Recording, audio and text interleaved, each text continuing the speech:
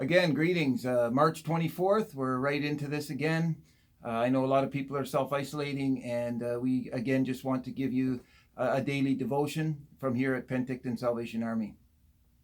We are praying that people are not feeling that God's goodness is canceled, and it surely is not.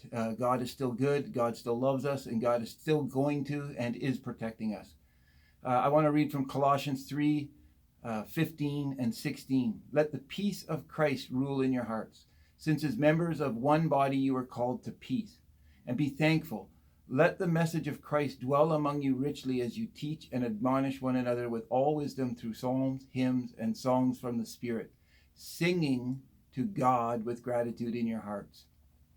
So much of what's on the news today truly feels like something we'd only see in a holiday movie, that it's not really real life. COVID-19 has not only spread across the world at record levels, but it's also spread across our daily realities and changed so much for so many of us. Because of the life-threatening potential of the virus, social distancing and canceled gatherings are necessary precautions. We want to do what's right, so we're listening to officials and paying attention, really extra attention to updates and news conferences almost hourly, I think, sometimes. While all of this is necessary, it can also be quite jarring. It's like life just slammed on the brakes, and we're all still reeling from the whiplash that it's caused. Certainly in the grand scheme of things, saving lives is more important. But there are emotions we need to be able to process in the midst of all these sudden changes that we're feeling. One of the most is a very real feeling of disappointment. And right behind us, it is the worry that expressing our disappointment could make us look pretty in the midst of the seriousness of the virus.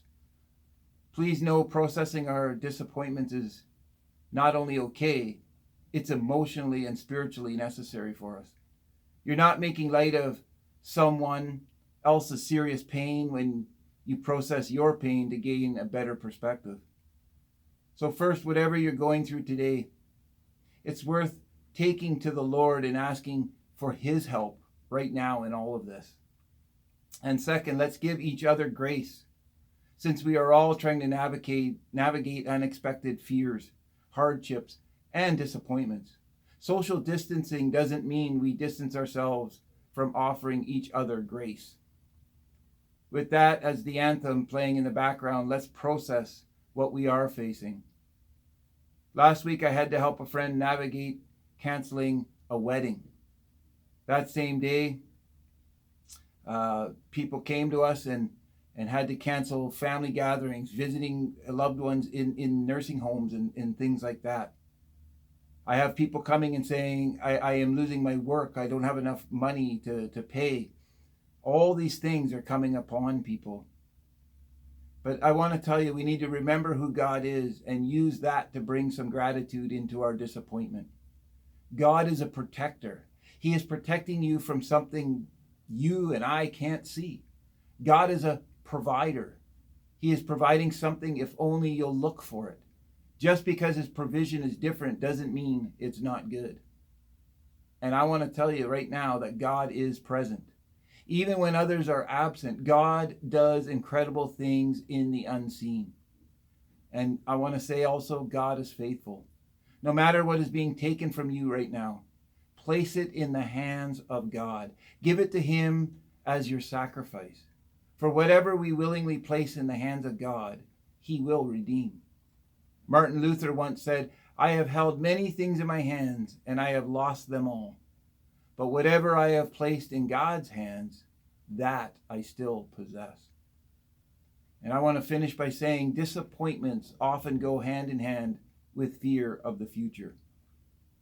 It can be so easy to let today's disappointments make you expect the absolute worst for tomorrow. I'm challenging myself not to mentally run too far into an unknown future that none of us know. I just have to make the most responsible decisions I can for today and place the rest in God's hands. My job is to obey God. God's job is everything else. Therefore, I can feel afraid, but I don't have to live afraid. Now is the time to feed your faith and fuel your healthy perspectives. Make the choice today what will rule in your hearts and proclaim out loud. Disillusioning disappointments and blinding fear. You don't get to be the boss of me. Let's say that today together. I am ruled by the peace of Christ, and I will use his truth to frame all I see. May you just find strength in these days, knowing that God is still in control, that God still loves us, and that God will carry us if we allow him to. Be blessed, and see you tomorrow with another word of encouragement. May you all be blessed today. God bless.